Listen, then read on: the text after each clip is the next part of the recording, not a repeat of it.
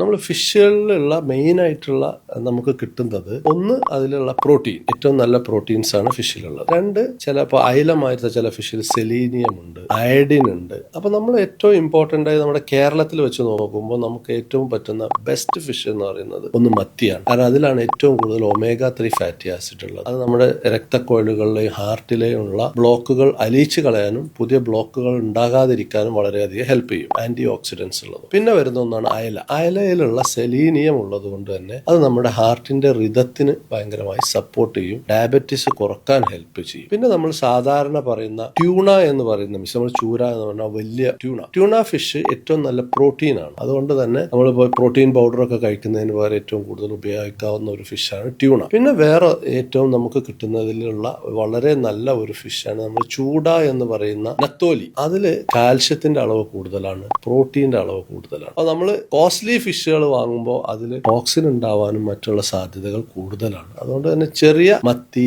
അയല, ചൂര, നമ്മുടെ നത്തോലി ഒക്കെയാണ് ഏറ്റവും നല്ല കേരളത്തിൽ അവൈലബിൾ ആയ ഹെൽത്തിന് ഏറ്റവും നല്ല ഫിഷുകൾ. ഇതെല്ലാം നമ്മൾ പൊരിച്ചു കഴിക്കുമ്പോൾ പ്രോട്ടീൻ ഡീനേച്ചർ ആവാനും അതിൽ ഓയിലിന്റെ കണ്ടന്റ് കൂടാനും സാധ്യതയുണ്ട്. എപ്പോഴും നമുക്ക് നന്നാവുക കറിയാക്കി ഉപയോഗിക്കുന്നതാണ്.